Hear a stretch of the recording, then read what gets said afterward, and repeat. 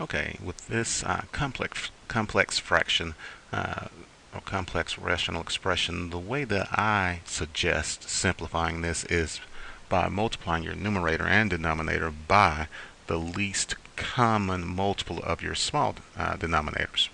So we only have q and x in our small denominators, so our least common multiple of those denominators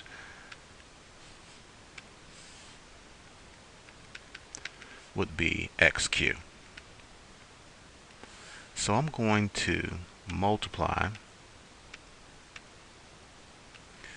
the top and bottom by xq using our distributive property.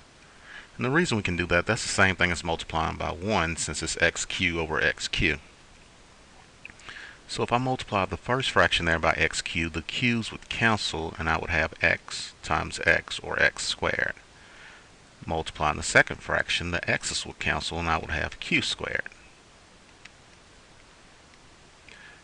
In our denominator, multiplying this first fraction, the x's would cancel, I would just have q. Multiplying the second fraction, the q's would cancel and I would just have x. X times 1 is x. Now we cannot factor x squared plus q squared because it's not factorable. The only way we could factor something similar to that would be if this was a minus in between.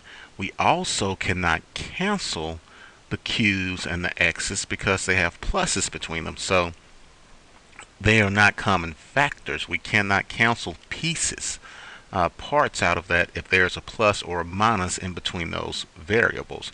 So since nothing can be factored or simplified, then that would be our final answer. Now, if we had x squared times q squared over x times q, then yes, we could simplify that because this is multiplication.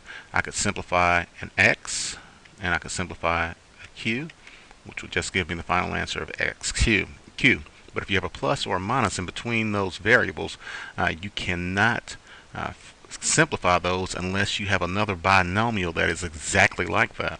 So x squared plus q squared could only be simplified if I had an x squared plus q squared in my denominator.